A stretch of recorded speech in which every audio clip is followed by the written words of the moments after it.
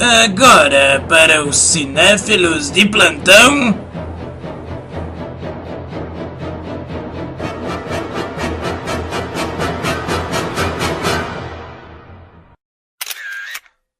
Câmera cega. Hã?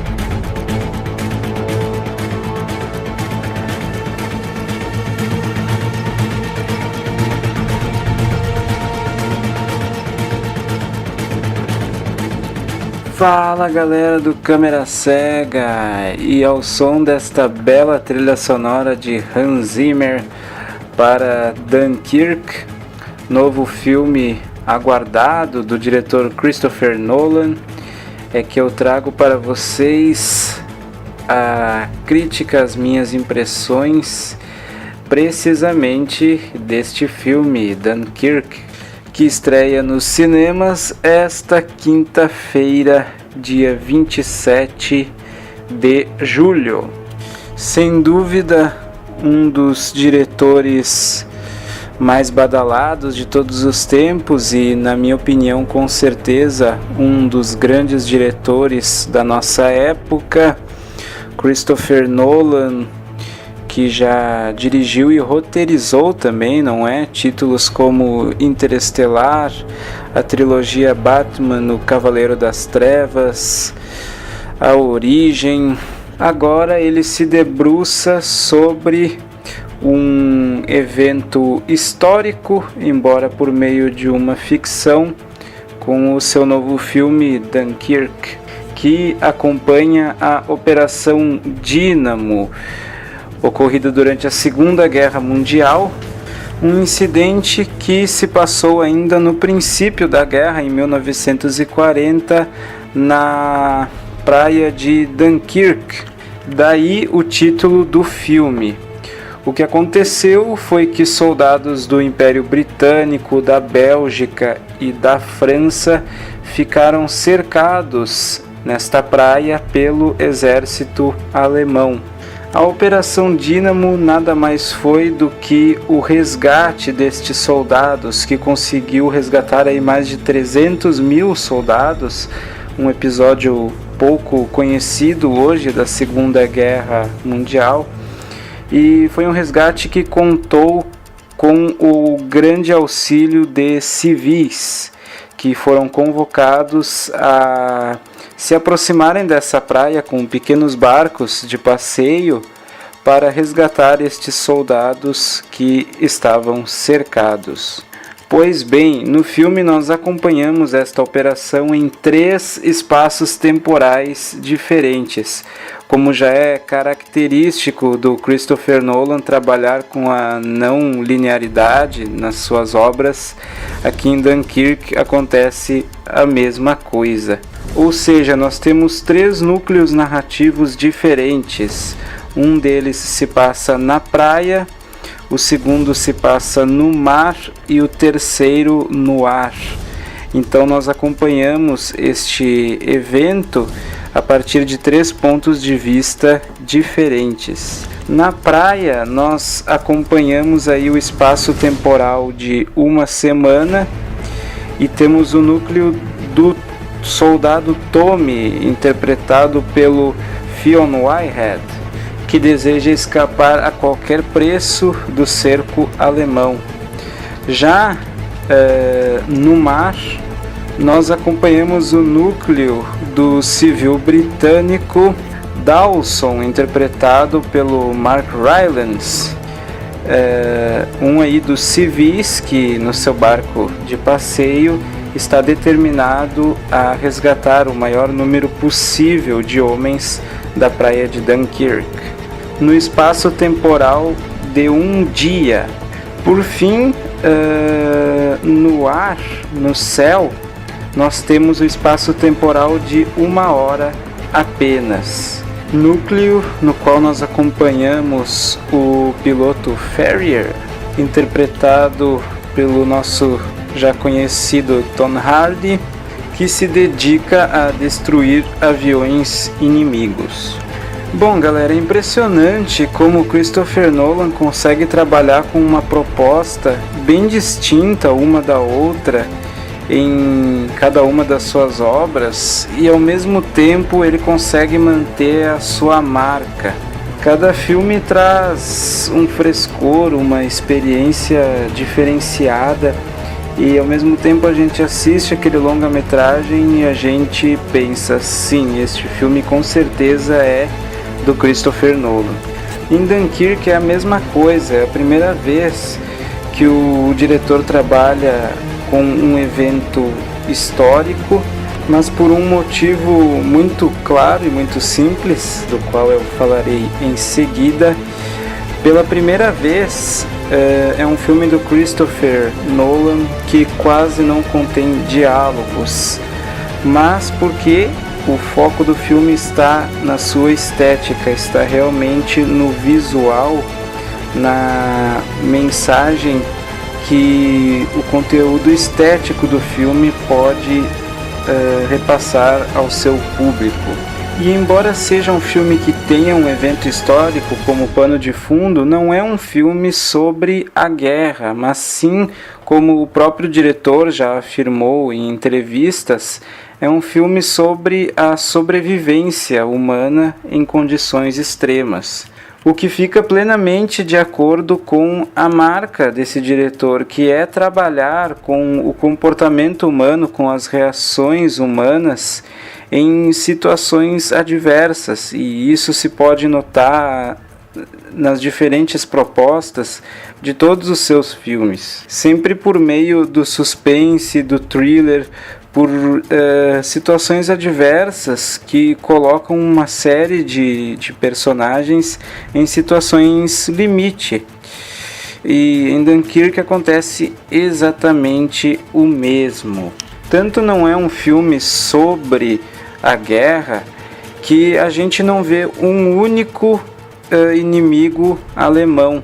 Tudo que se vê são os aviões, as bombas, uma ameaça, um inimigo misterioso, genérico.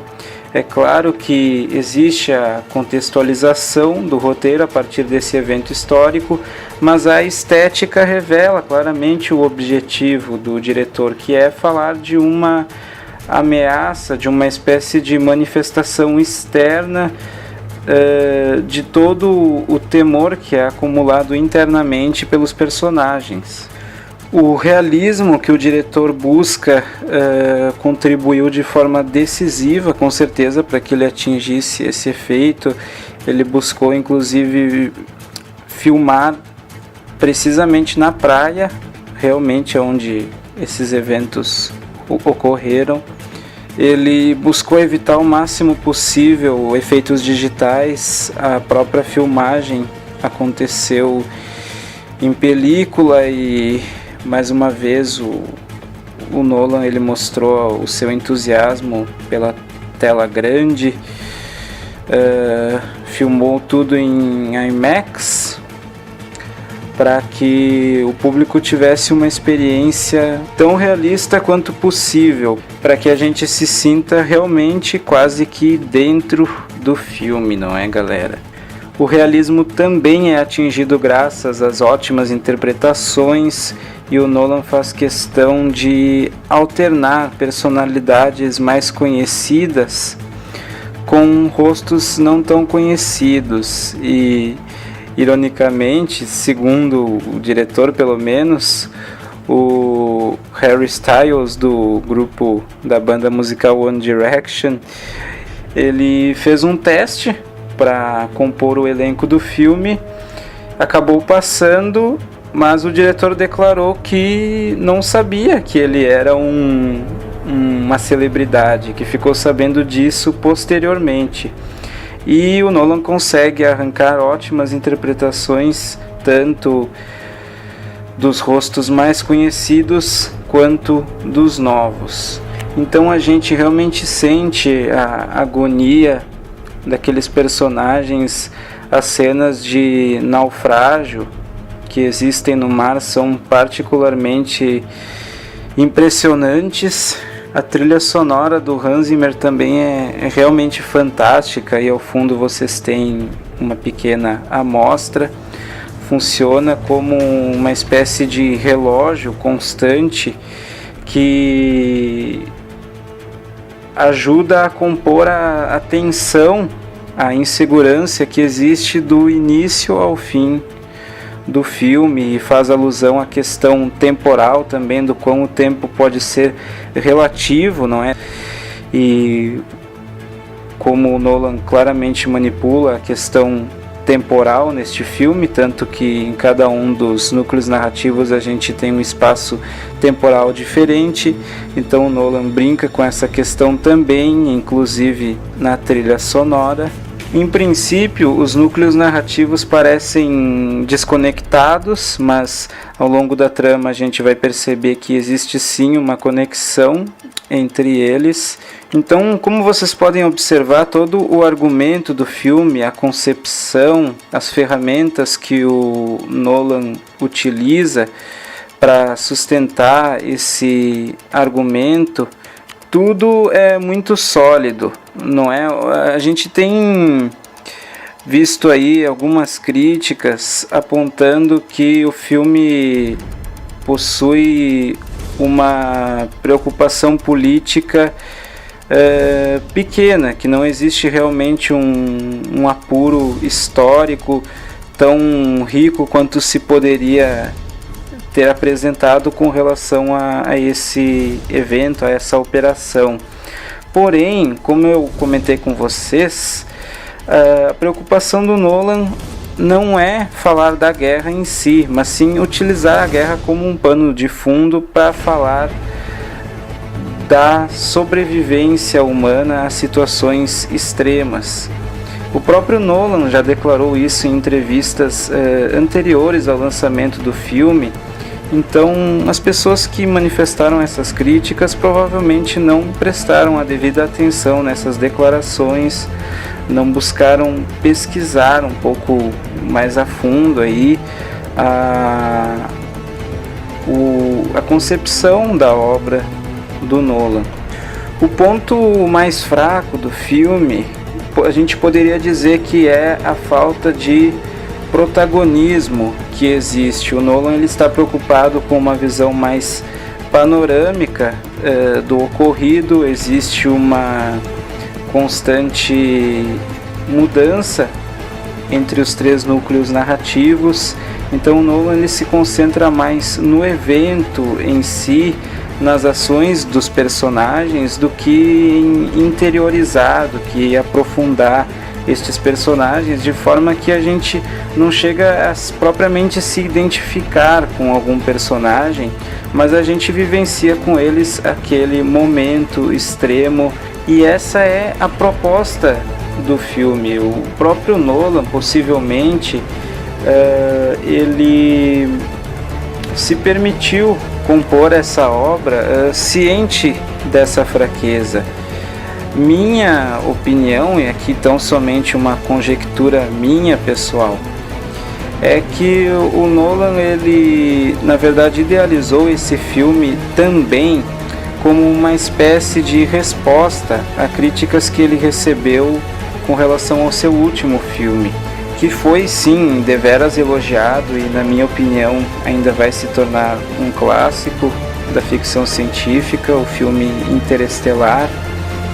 Mas existiu também um grupo que se manifestou bastante negativamente com relação ao filme.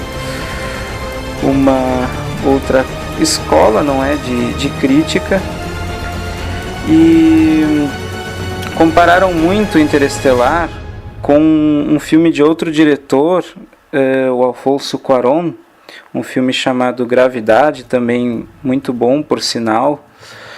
E o próprio Nolan, em entrevista, ele afirmou que Dunkirk foi inspirado neste filme, Gravidade, e em Mad Max, Estrada da Fúria, que são dois filmes que também se destacam muito pela sua estética, né, pelo caráter visual, e principalmente em Mad Max a gente percebe que não existe também essa preocupação em realmente aprofundar tanto os personagens. A preocupação maior está na estética, está na ação dos personagens.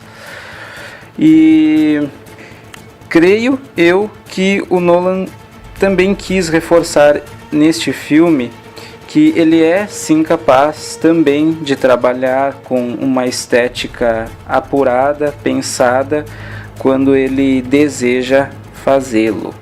E devido a isso, ele se propôs a deixar um maior aprofundamento dos personagens em segundo plano nesta obra. Lembrando, mais uma vez, que isso é tão somente uma conjectura minha, não é, pessoal? Com relação ao que eu venho observando da obra do Nolan, da relação dele com os críticos, enfim, acompanhando aí o histórico desse diretor. Um profissional que até então eu admiro muitíssimo e que já vem sendo apontado aí como um possível indicado a receber o Oscar de melhor direção este ano por conta de Dunkirk. Então eu dou 4 de 5 estrelas para o novo e tão aguardado filme do Christopher Nolan. Desconto apenas uma estrelinha por conta, como eu disse, de uma não existência, de um maior aprofundamento, de uma interiorização dos personagens. Apenas devido a isso, eu retiro uma estrelinha do filme e deixo a obra com 4 de 5 estrelas. Então, se você curte um bom filme de guerra, embora com uma proposta maior, como eu disse, que é falar da questão da sobrevivência em condições extremas, não deixe de conferir este filme, principalmente enquanto ele ainda está no cinema, porque você com certeza vai desfrutar de uma experiência diferenciada, considerando que o filme foi realmente pensado para a tela grande pelo próprio diretor. Então não deixe com certeza de conferir este filme, ainda mais se você é fã do Christopher Nolan, mas tão somente se você aprecia filmes de guerra, não deixe de conferir, porque com certeza é uma das melhores estreias do ano até então e com certeza estará aí concorrendo em categorias específicas no Oscar e muito possivelmente inclusive na categoria de melhor direção. Por fim, eu quero registrar aqui o meu profundo agradecimento à audiodescritora Letícia Schwartz, que propiciou o meu acesso a uma obra que, como eu disse, praticamente não contém diálogos, é quase que exclusivamente composta. Sim, existe a trilha sonora, mas fora isso, composta praticamente apenas de elementos visuais, e como eu sou uma pessoa com deficiência visual, ela desempenhou um papel mais do que fundamental neste filme, nesta obra em particular. E se você curtiu esta crítica, deixe aquele like favorito, pessoal, para dar aquela força para o canal. Você que aguardou por tanto tempo este filme, não deixe de expor aí as suas expectativas acerca da obra. Compartilhe a sua opinião depois que assistir ao filme a partir de amanhã. Será um prazer estar debatendo com vocês este e outros filmes do Christopher Nolan nos comentários. Ok, galera? Deixa aquele like, compartilhe também este vídeo se você curtir esta crítica, para dar aquela força para o nosso canal. Um abracéfilo para todos, aquele abraço cinéfilo!